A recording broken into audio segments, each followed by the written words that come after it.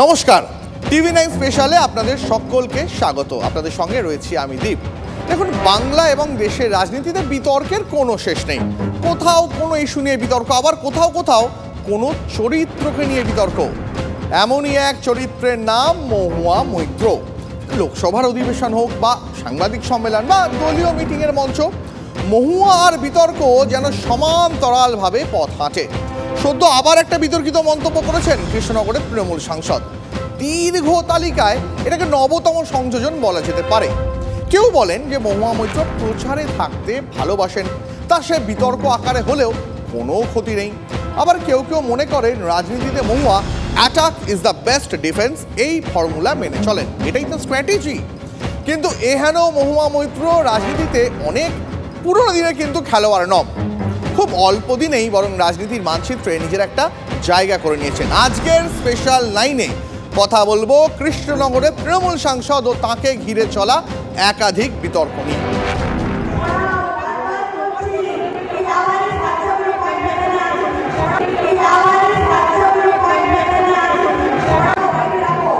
माँ दुर्गा आ गई है, अब देखेंगे। तो ये जो इन लोग वस्त्र हरण शुरू किए ना, अब महाभारत का रन देखिएगा।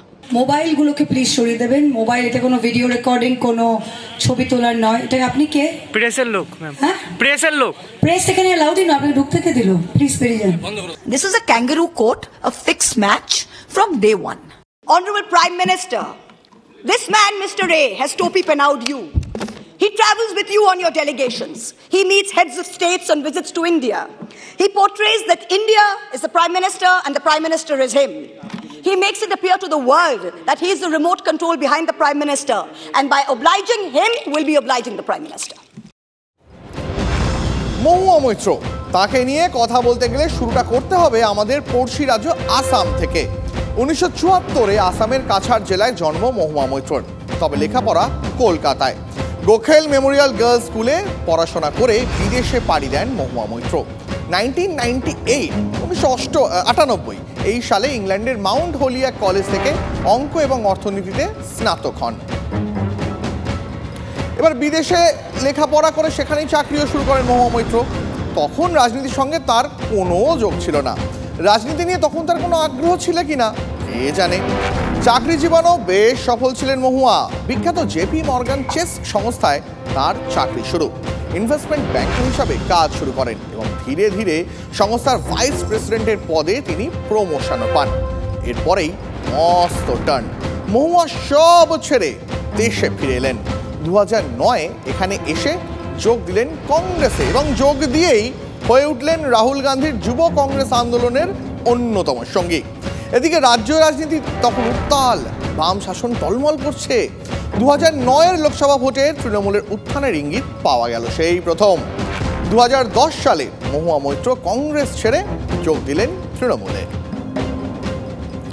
2016-এ বিধানসভা নির্বাচনে নদিয়ার করিমপুর আসন থেকে জিতে পরিষদীয় রাজনীতিতে যাত্রা শুরু করলেন মহুয়া মৈত্র। 3 বছরের মধ্যে কৃষ্ণনগর আসন থেকে সংসদে যাওয়ার টিকিটও পেয়ে গেলেন। শুরু হলো এক নয়া অধ্যায়, মহুয়া মৈত্র এবং বিতর্ক।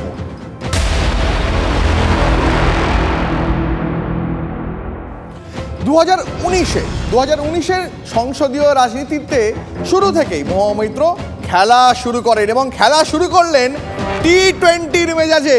দলের অন্যতম প্রধান বক্তা হয়ে উঠলেন। কেন্দ্রীয় নীতির বিরোধিতা হোক বা ছোট বড় যে কোনো ইস্যুতে কেন্দ্রীয় সরকারের বিরোধিতা, সব জায়গায় মুখ ছুটেছে মহুয়া মৈত্রর। তবে শুধু সংসদে নয়, সংসদের বাইরেও বারবার স্টেপ আউট করেছেন কৃষ্ণনগরের সাংসদ। বিতর্কের পথ ধরে হাঁটার আগে মহুয়া মৈত্র এবং তাকে ঘিরে তৈরি হওয়া বিতর্কগুলোর দিকে একবার চোখ রাখা যাক স্টুডিওর বড় পর্দায়। মহিলা কমিশনের চেয়ারপারসনের বিরুদ্ধে বিতর্কিত মন্তব্য। এটা জুলাই 2024-এর ঘটনা বলছি। নির্বাচনের ঠিক আগে বাড়ির দুয়ারে কেন্দ্রীয় এজেন্সি, এটা মার্চ 2024-এর ঘটনা। এরপরে মে 2023, ক্রোনোলজি। প্রধানমন্ত্রী মন কি বাতকে মাংকি বাত বলে তিনি বিতর্কের জন্ম দিলেন। এরপরে অক্টোবর 2023-এর কথায় আসি। ঘুষ নিয়ে প্রশ্নের জেরে বিতর্ক, সংসদ থেকে বহিষ্কার।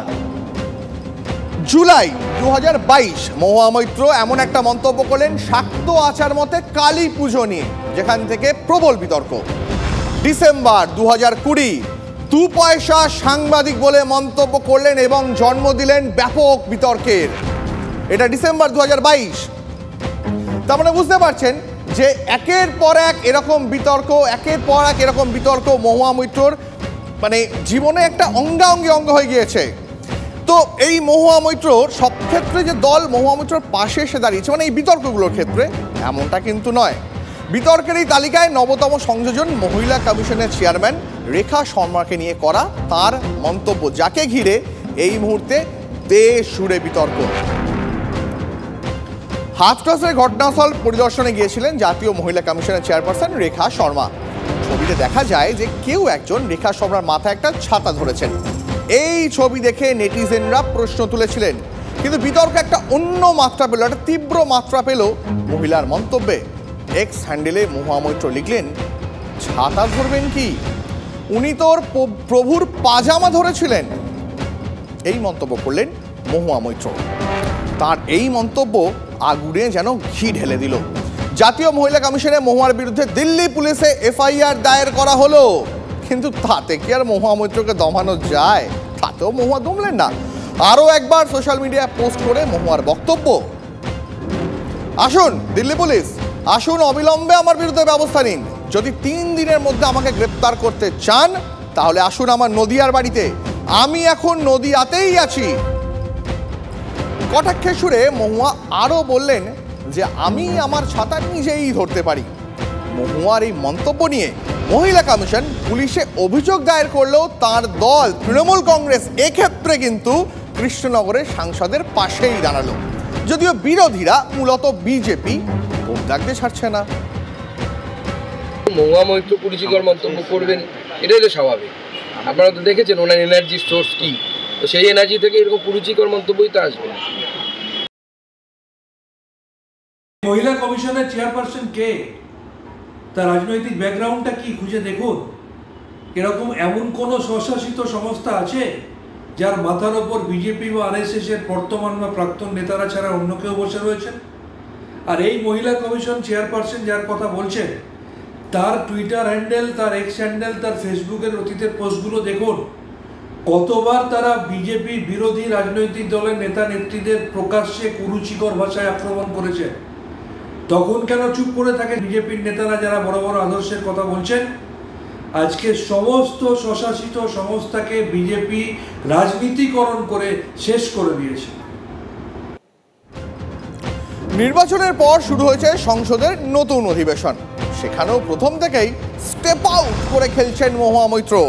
অবশ্য এক্ষেত্রে মহুয়া কিছুটা হলেও অ্যাডভান্টেজ পাচ্ছেন, কারণ আগে লোকসভায় তাঁর সাংসদ পদটাই বাতিল করে দেওয়া হয়েছিল। কেন করে দেওয়া হয়েছিল নিশ্চয়ই আপনারা জানেন, ক্যাশ ফর কোয়েশ্চেনের মতন মারাত্মক অভিযোগের ট্যাগ তার গায়ে লেগেছে। কিন্তু ভোটের অনেক আগেই তৃণমূল নেত্রী জানিয়ে দেন যে কৃষ্ণনগরের প্রার্থী হচ্ছেন মহুয়া মৈত্রই। আমি 2023-এর ডিসেম্বরের কথা বলছি। তোমার যদি এতই পলিটিক্যালি তোমার যদি শক্তি থাকতো, তুমি লড়াই করে ওকে হারাতে নির্বাচনে। আর তো 2-3 মাস বাকি, সেটা না করে 2-3 মাস আগে এমন কি ঘটলো যে একজন সাংসদকে, একটা মহিলা সাংসদকে তোমাদের তাড়িয়ে দিতে হলো? লজ্জা করে না? মহুয়া মৈত্র কি আগামী দিনে আপনাদের লোকসভা নির্বাচনে প্রার্থী হবে? না হওয়ার তো কোনো কারণ এখনো পর্যন্ত দেখছি না। লোকসভা ভোটের ফলাফল সামনে আসতেই দেখা গেল কৃষ্ণনগর আস্থা রেখেছে মহুয়া মৈত্রর ওপরেই। আবার লোকসভায় এন্ট্রি গেট খুলে গেল মহুয়া মৈত্রের জন্য। এটা যেন অনেকটা কামব্যাক। আর তাই বোধহয় তাই শুরু থেকেই সুর সপ্তমে চড়িয়ে রেখেছেন কৃষ্ণনগরের সাংসদ। भैया हमको बैठाना आप पे बहुत भारी पड़ा, हमको मत बिठाइए, बहुत भारी पड़ा आप पे, बहुत भारी पड़ा। 7 months ago on the 8th of December, this house was transformed into a Kuru Sabha, presided over by a blind Dhritarashtra, where Dushrasan Darbaris made every attempt to disrobe Draupadi. Much like Lord Krishna protected Draupadi, the people of Krishnanagar have protected me. I gained the freedom from fear. I do not fear you. আসলে এই যে মহুয়া মৈত্রর কথা এতক্ষণ ধরে বললাম, এই মহুয়া মৈত্রর গল্পটা কোথাও একটা ক্রিকেটের একটা বিখ্যাত গল্পের মতন, জানেন তো, বেশ মনে পড়ে। ওই ন্যাটওয়েস্ট ট্রফির ফাইনালে একটা গল্প সৌরভ গঙ্গোপাধ্যায় অনেকবার বলেছেন না, যে ইংল্যান্ডের বিরুদ্ধে ঐতিহাসিক ফাইনালে নাকি সেওয়াগকে একটু বুঝে সুঝে ব্যাট চালাতে বলেছিলেন, কিন্তু বিরু ক্যাপ্টেনের কথা শোনেননি, বরং নিজের মেজাজেই চালিয়ে খেলেছেন, যা দেখে সৌরভ নাকি বিরুকে আর কিচ্ছু বলেননি। কিন্তু প্রচণ্ড রেগে গিয়েছিলেন টিম ইন্ডিয়ার নেতা। মহুয়া মৈত্র তৃণমূলের গল্পটাও যেন অনেকটা সেই রকমই। মহুয়ার আক্রমণ নিয়ে তৃণমূলকে একাধিকবার প্রশ্নের মুখে পড়তে হয়েছে। এবার সবসময় যে দল তার পাশে থেকেছে এমনটা নয়, কারণ এমন অনেক মন্তব্য মহুয়া মৈত্র করেছেন যেগুলো খোদ দলনেত্রীকে এবং দলের ইমেজ দুজনকেই বেকায়দায় ফেলেছে। তা সে দু পয়সার সাংবাদিক মন্তব্য হোক বা স্বার্থমতে কালী পুজোর রীতিনীতি নিয়ে মহুয়ার মন্তব্য হোক, দল বুঝিয়ে দিয়েছে মহুয়াকে তারা সবসময় সমর্থন করেন না। আর ক্যাশ ফর কোয়েশ্চেন বিতর্কে তো দলকে বেশ বিপাকেই পড়তে হয়েছিল। জানেন তো, মহুয়া মৈত্রকে নিয়ে অনেক রকম গুঞ্জন শোনা যায় রাজনীতির অন্দরে। শোনা যায় মহুয়া মৈত্র নাকি নামি দামি ব্র্যান্ডের জিনিসপত্র ছাড়া খুব একটা ব্যবহার করেন না। তার বিরুদ্ধে অভিযোগ উঠেছিল উপহার নিয়ে সংসদে প্রশ্ন করার। অভিযোগ উঠেছিল যে আইডি পাসওয়ার্ড তৃতীয় ব্যক্তিকে তিনি শেয়ার করেছেন। সেই অভিযোগ ঘিরেও দেশ জুড়ে তোলপাড় হয়। মহুয়া মৈত্র কৃষ্ণনগরের সাংসদ, তার বিরুদ্ধে বিজেপির কেন্দ্রীয় স্তরের নেতা মন্ত্রীরা একের পর এক বিস্ফোরক অভিযোগ, একের পর এক বিস্ফোরক বক্তব্য পেশ করতে শুরু করেন। এমনকি এত অভিযোগ সামনে আসার পর তৃণমূল সেই সময় কিছুটা যেন দূরত্ব তৈরির চেষ্টা করেছিল মহুয়া মৈত্রর কাছ থেকে। All India Trinamool Congress will not say a single word. We have nothing to say and no comments on the particular issue. The related person may explain or answer the issues, but not Trinamool Congress. শুনলেন কুণাল ঘোষ সেই সময় কি বলেছিলেন? এই সময় আসরে নামে India জোট। রাজ্যে তখনও কংগ্রেস আর তৃণমূলের মধ্যে যতই বিতর্ক হোক, সংসদে মহুয়ার পাশে দাঁড়িয়ে পড়েন সোনিয়া গান্ধী থেকে অধীর চৌধুরীও। পার্লামেন্টের মধ্যে দাঁড়িয়ে মোদিজি এবং তার পার্টি মহিলাদের সবসময় মহিমান্বিত করে ভোট ব্যাংক বাড়ায়। সেখানে একটা বাংলার মেয়েকে তার অপরাধ কি সেটা না জেনে এবং অপরাধের জন্য কতটা বিচার হওয়া উচিত, কতটা সাজা হওয়া উচিত তার কোনো পরিমাণ না করে সরাসরি ফাঁসি দিয়ে দেওয়া হতো না। সে এমন কিছু প্রশ্ন তুলেছে, সে প্রশ্নগুলো তাদের জন্য স্বাচ্ছন্দ্য তৈরি না করে অসুবিধা তৈরি করে। বড় অদ্ভুত ব্যাপার। প্রশ্ন কি হলো তাকেও জানলো না, যে প্রশ্ন করল তার উত্তর কি তাকেও জানলো না, কিন্তু প্রশ্ন করার অপরাধে ফাঁসি হয়ে গেল। আচ্ছা, এই যে সংসদে রাহুল গান্ধী, অধীর চৌধুরী, সোনিয়া গান্ধী তারা একের পর এক মহুয়া মৈত্রর পাশে দাঁড়িয়েছেন, সেটা কি কখনো মহুয়া মৈত্রর ব্যাকগ্রাউন্ডের জন্য, মানে তার পলিটিক্যাল ব্যাকগ্রাউন্ডের জন্য? কেন বলছি সে কথায় আসছি। তবে এই গোটা বিষয়টা, মানে এই ক্যাশ ফর কোয়েশ্চেন নিয়ে দেশ জুড়ে বিতর্কের গোটা বিষয়টা হাতের বাইরে যাওয়ার আগেই কিন্তু মৌনতা ভাঙল তৃণমূলের শীর্ষ নেতারা।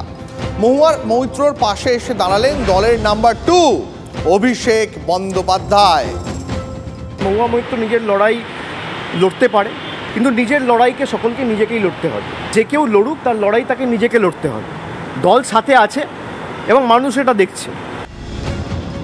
এবার কেন বলছিলাম যে কংগ্রেস বা বিরোধীরা, যারা বিজেপি বিরোধী যে দলগুলি, তারা বারবার মহুয়া মৈত্রর পাশে দাঁড়ান? কারণ সোজা চোখে, খালি চোখে রাজনীতিতে মহুয়া মৈত্রকে দেখলে তাকে বেশ একটা বিদ্রোহী ক্যারেক্টার, কোথাও একটা কেন্দ্রকে তিনি বারবার সমস্যায় ফেলতে পারেন এমন একটা ক্যারেক্টার বলে কিন্তু পোর্ট্রে করা হয় জাতীয় রাজনীতিতে। একে তিনি উচ্চশিক্ষিত, তিনি বিদেশে চাকরি করেছেন, তিনি একজন বিশিষ্ট অর্থনীতি নিয়ে পড়াশোনা জানা মানুষ, তার মধ্যে তার একটা স্বচ্ছ শিক্ষিত একটা ব্যক্তিত্ব রয়েছে। এই সব কারণের জন্যই কি মহুয়া মৈত্র বারবার বিরোধীদের, বিজেপি বিরোধীদের সবসময় একটা স্নেহের পাত্র হয়ে দাঁড়িয়েছেন? কিন্তু বিতর্কও তো তিনি এড়াতে পারেননি। কেন বারবার বিতর্কে জড়িয়ে পড়েন মহুয়া মৈত্র? তিনি নিজে কি বলেন তাকে নিয়ে তৈরি একের পর এক বিতর্ক নিয়ে, যে কেন বারবার বিতর্কে জড়িয়ে পড়েন মহুয়া মৈত্র? কেন মাত্র কয়েক বছরেই ভারতীয় রাজনীতির একটা অন্যতম বিতর্কিত চরিত্র হয়ে উঠলেন এই মহিলা? এই প্রশ্নটা করা হয়েছিল খোদ মহুয়া মৈত্রকে। উত্তরে তিনি কি বলেছেন শুনবেন। আমি আমার কাজ করে যাওয়ার চেষ্টা করি, লোকে যদি আমার সম্পর্কে কথা বলতে ভালোবাসে তাতে আমার কিছু করার নেই। রাজনীতিক হিসাবে হয়তো আমি চিরাচরিত গোত্রের মধ্যে পড়ি না। রাজনীতিতে এমন চরিত্র হয়তো অনেকেই পছন্দ করেন না। এই কথা কে বলছেন? এই কথা বলছেন খোদ মহুয়া মৈত্র। তিনি আরও বলছেন, রাজনীতিবিদদের নিয়ে মানুষের একটা ধারণা আছে, আমার ক্ষেত্রে সেটা প্রযোজ্য নয় বলেই হয়তো বিতর্ক তৈরি হয়। তবে আমি এই নিয়ে খুব একটা ভাবি না, মহুয়া মৈত্র এই কথা বলছেন। বোঝাই যাচ্ছে মহুয়া মৈত্র যে নিজের ব্যাপারে একেবারে ডোন্ট কেয়ার, সেটা কিন্তু খুব পরিষ্কার করে দিলেন। হয়তো বিতর্কিত চরিত্ররা এমনই হন, হয়তো কোনো কিছুকেই তারা খুব একটা পাত্তা দিতে চান না। মাঝে মাঝে এরা অনেক মানুষের কাছে অপ্রিয় হয়ে ওঠেন। অনেক ক্ষেত্রে তাদের মন্তব্য দলকে অক্সিজেনও দেয়। মহুয়া মৈত্র সেই সব বিতর্কিত চরিত্রদের মধ্যে একজন, বিতর্ক যার সব সময়ের সঙ্গী বা সমর্থক। হাউসে যারা রিপ্রেজেন্ট করেন, এই সবকটা মানুষ, আপার হাউসে হোক বা লোয়ার হাউসে হোক, তারা কিন্তু তাদের রাজ্যের পলিটিক্যাল কালচারটাকেও ক্যারি করেন, ওখানকার কালচারেরও প্রবক্তা তারা। তো সেইটা সেখানে যদি ওনারা একটু কনসিয়াসলি ডিল না করেন প্রতিটা টপিকে, তাহলে কিন্তু আমার মনে হয় গোটা রাজ্যের পলিটিক্যাল কালচার নিয়ে প্রশ্ন উঠে যায়। রাজনীতিতে একটা কথা খুব প্রচলিত, রাজনৈতিক চরিত্র। এই চরিত্রটা না থাকলে নাকি রাজনীতি ঠিক জমে ওঠে না। মানে কখনো কখনো তারা এমন কিছু মন্তব্য করবেন যে মন্তব্য নিয়ে দেশ জুড়ে একটা আলোড়ন তৈরি হবে, তারপরে সেখানে অনেকে রিয়্যাক্ট করবেন, তাতে নাকি রাজনীতির একটা মজা থাকে। মহুয়া মৈত্র যেন এমনই একটা ক্যারেক্টার হয়ে উঠেছেন। যাই হোক, আজকে স্পেশাল লাইন মহুয়া মৈত্রকে নিয়ে এই পর্যন্তই আপাতত। অন্য সব খবরের জন্য চোখ রাখুন TV9 বাংলায়।